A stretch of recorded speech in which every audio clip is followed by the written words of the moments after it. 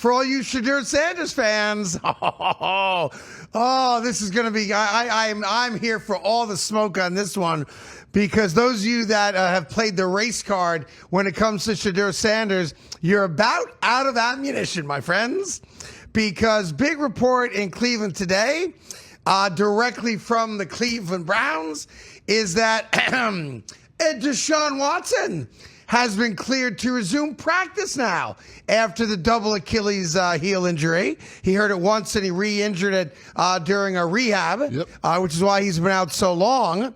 And as you all know, he is under contract for a lot of money still with the Cleveland Browns. Matter of fact, I think it's $46 million a year. The Cleveland Browns just did something that might be the most talked about item in the NFL in 2025. And it has nothing to do with winning games.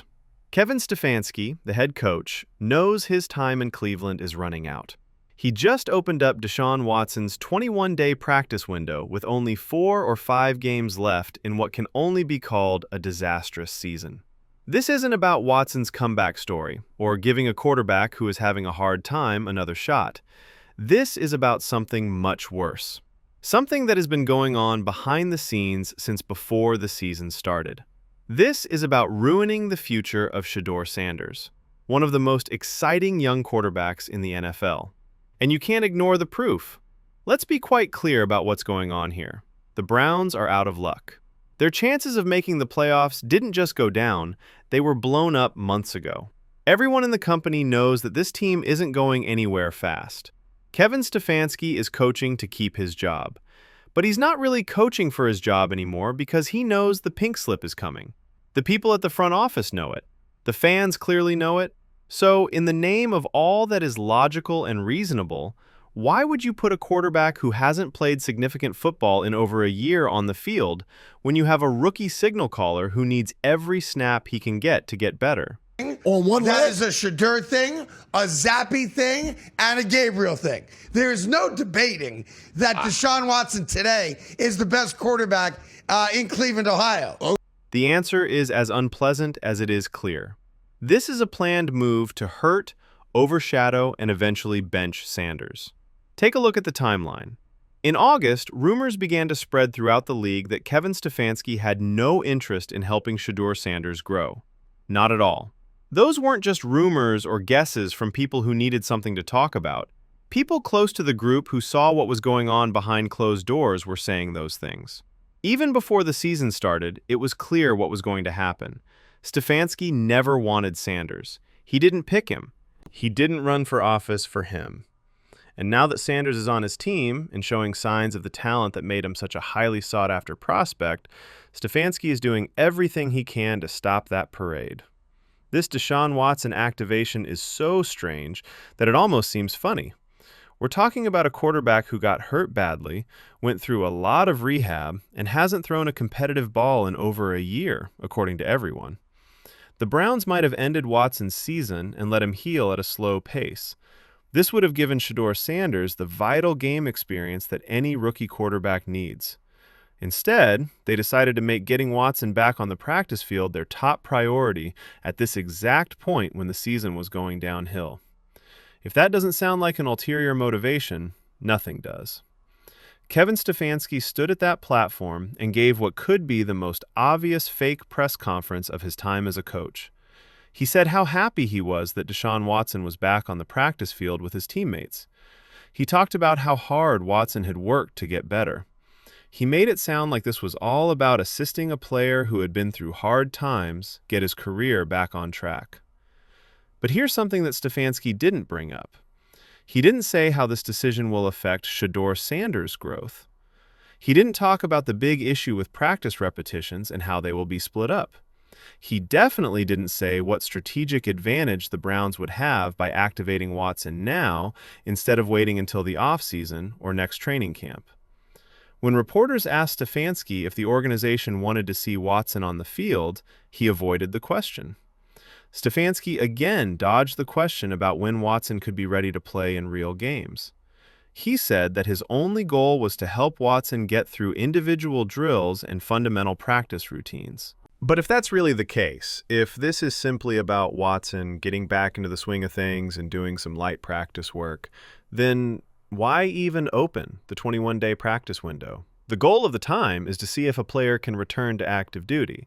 The clock is now running. The Browns have 21 days to make a choice. Watson can either stay on the active roster or go back on injured reserve for the rest of the season. This isn't just a nice story about a quarterback going back to work. This is a way that decisions about the roster are made, and those choices about the lineup have huge effects on Shedeur Sanders. Let's talk about what Shedeur Sanders really needs right now. He is a rookie quarterback who came into the league with a lot of skill, calmness, and a football IQ that is better than that of guys twice his age. But he's also a rookie, so he needs to practice. He needs to play games. He needs to learn from his mistakes, take his lumps, and become the franchise quarterback that everyone thinks he can be. At this point in his career, every snap counts. We've seen this tale happen a lot in the league. Young quarterbacks who get to play regularly learn faster and more completely than those who are benched, jerked around, and left wondering if they'll even be able to play on game day. The Browns knew exactly what they were getting when they picked Sanders.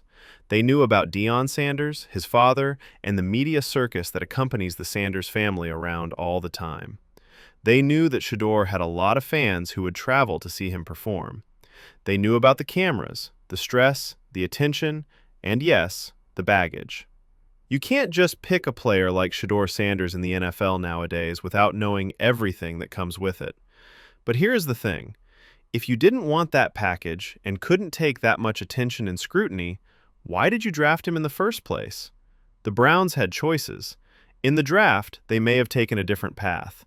They may have traded the pick. They could have picked a quarterback who didn't have famous family ties, but they didn't. They picked Shedeur Sanders, but now they're acting like he's a bother. What we're seeing is the best example of organizational breakdown. The Cleveland Browns have been a poorly run team for years, going through coaches and quarterbacks like they were trash. They tell supporters every few years that this time will be different, that they finally figured it out, and that they're developing something that will last. But every time, it breaks apart in a big way. The trade and contract extension for Deshaun Watson were supposed to be the moves that made things better. Instead, it became a burden for the franchise, a continual reminder of bad choices and bad judgment. Watson hurt himself, had trouble when he did play, and now has one of the worst contracts in professional sports. So, here comes Shedeur Sanders. He may be a fresh start for the team. He's a young quarterback with the potential to change the franchise and give it the reset it needs. And what does Cleveland do?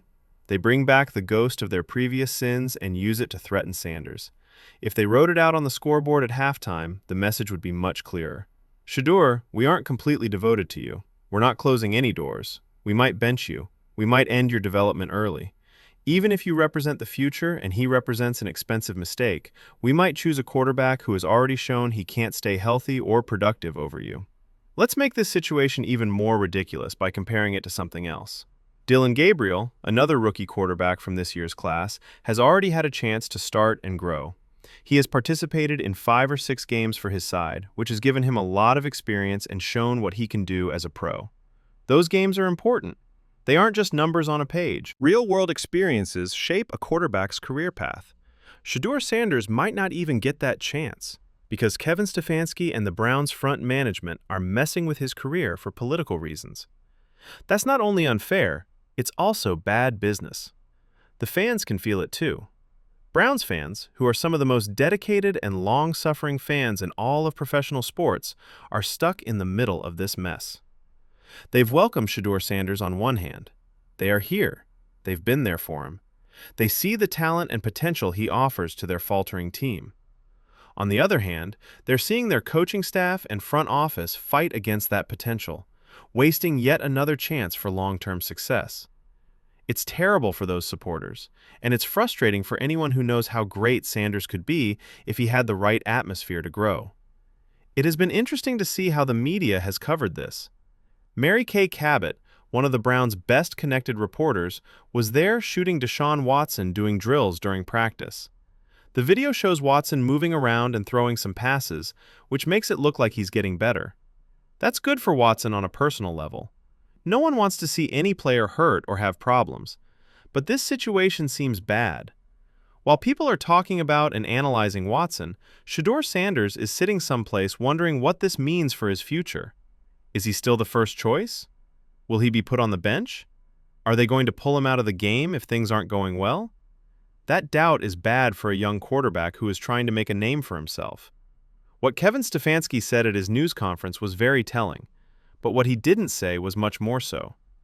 When pressed specifically about how many times they would drill and how they would use Watson while simultaneously developing Sanders, Stefanski basically said he didn't know. He talked about individual drills and scouting teamwork, but he never talked about the main challenge of how to allocate resources. There is a limit to practice time. There are just so many snaps to give out.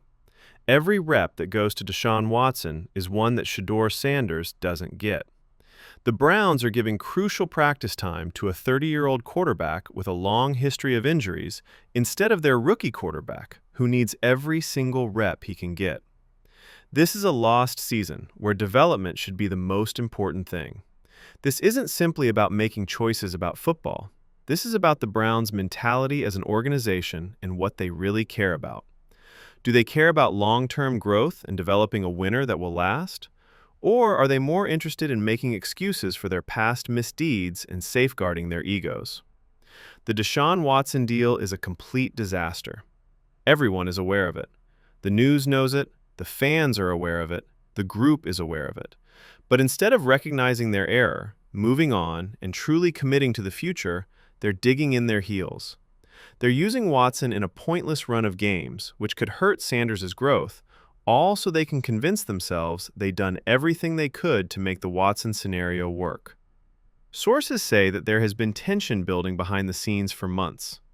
There are reports that the Browns don't like the attention that Shedeur Sanders brings. They don't like the attention from the media. They don't appreciate having to deal with Deion Sanders and his big personality. They don't like it when people come to see Shedeur play instead of supporting the Browns as a whole. This is the best example of franchise insecurity. Instead of harnessing the spotlight to their advantage and realizing that having a dynamic young quarterback who draws interest is a good thing, they're acting like it's a burden. They think Shedeur Sanders is a problem that needs to be fixed instead of a resource that needs to be cultivated.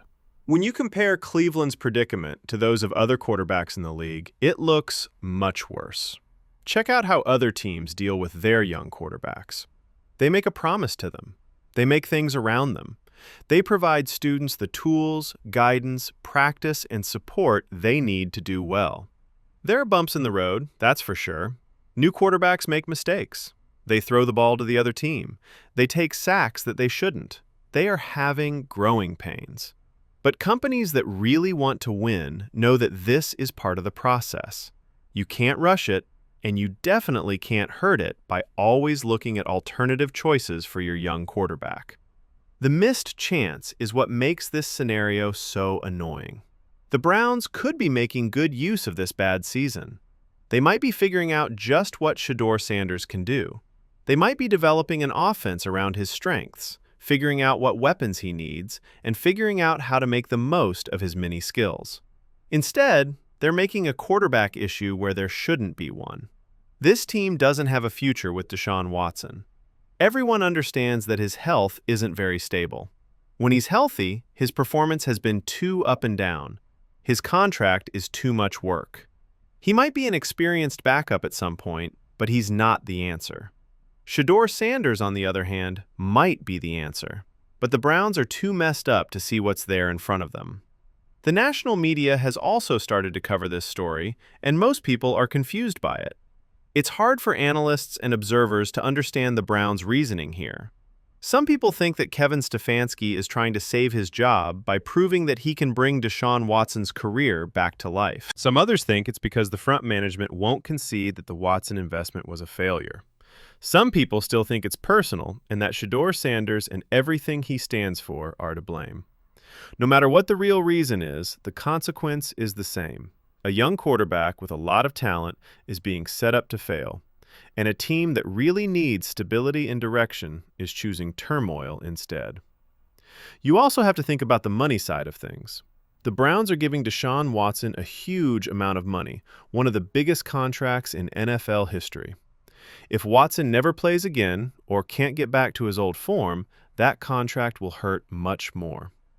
The Browns can at least tell themselves and their fans that they looked at all their options and given Watson every chance to earn that money by activating him now. But that's a mistake in thinking about sunk costs. The cash is already gone. The contract is already set in stone. The financial impact won't change whether Watson plays again or not. What does alter is the direction of Shedeur Sanders' growth, and that's much more essential for the future of the franchise than defending pride over a mistake from the past.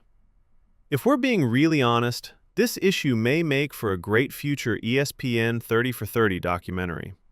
People will be confused and shocked when they think back on Shedeur Sanders' time in Cleveland years from now, when he is hopefully doing well with a company that loves him.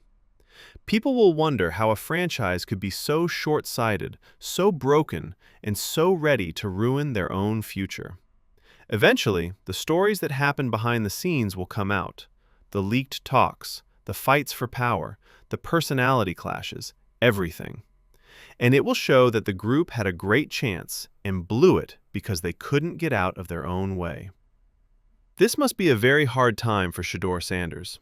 He joined the league with great hopes and was ready to show that he could compete at this level. Even though he was put in a bad situation, he's acted with a lot of maturity and professionalism. But there's only so much any athlete can do.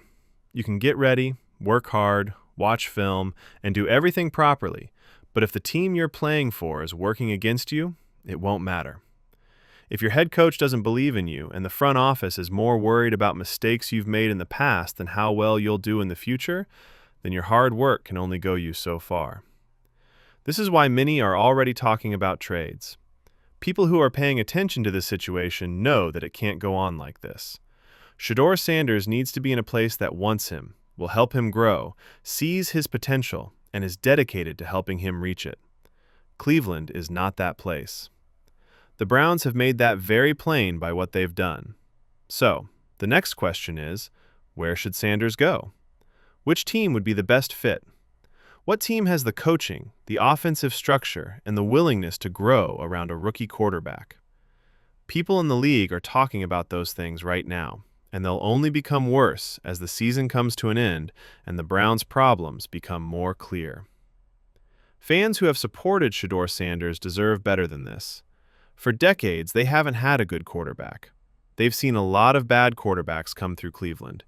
Each one stood for false optimism and ultimately disillusionment. People were really excited when Sanders got there. They really thought this time would be different, but the organization is once again snatching loss from the mouths of victory by putting the wrong things first and making the wrong choices. In the next few weeks, we'll see what occurs. Is Kevin Stefanski really going to sit Shedeur Sanders down and put Deshaun Watson on the field? Will the Browns stick with Sanders as their starter and keep Watson in a restricted practice role? Or will they keep this frustrating lack of clarity going, never completely committing to either choice and making things worse in the process? Based on everything we've seen so far, the best bet is that things will keep going wrong. This group has shown time and time again that they can't make good decisions, especially when it comes to the quarterback position. A lot of people in the NFL are quite interested in this scenario. Other clubs are watching to see how Cleveland handles this and may be getting ready to make their own offers if Sanders becomes available. General managers in the league know how to spot talent and how to spot problems in an organization. If the Browns are dumb enough to give up on Shedeur Sanders or make it so he wants to be traded, there will be plenty of teams ready to give him a new start in a better place. This is also a warning about how bad it is to not learn from your mistakes. From almost every viewpoint, the Deshaun Watson issue has been a disaster. On-field performance, off-field problems, injuries, and how much they are worth compared to their contract. The Browns, on the other hand, are holding on to it like a life raft on the Titanic. They're so determined to be correct about Watson that they're ready to hurt Sanders in the process. That's not simply lousy management. It's also bad business that should cost individuals their jobs. At the end of the season, Kevin Stefanski will probably be let go.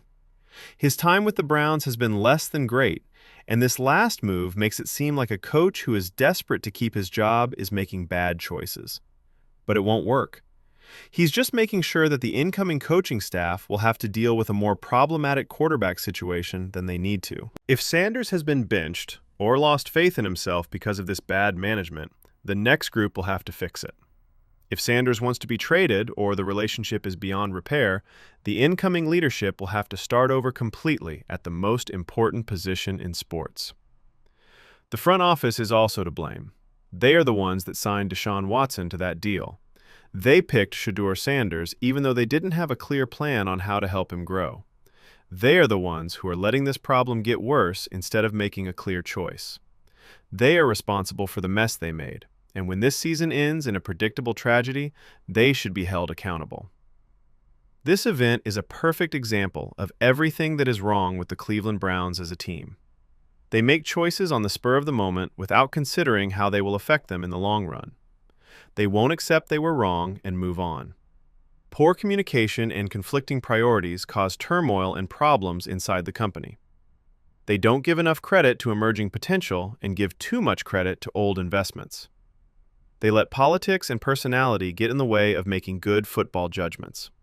And the worst part is that they make it such that talented players can't reach their full potential because the organization isn't set up to help them. This is not good enough for Shedeur Sanders. He needs a team that believes in him, coaches who will help him improve, and a place where he can focus on football without worrying about politics and power maneuvers.